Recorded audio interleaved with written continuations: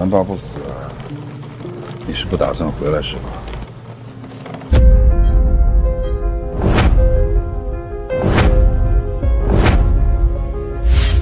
你们这些人啊，怎么就越有文化越冷漠？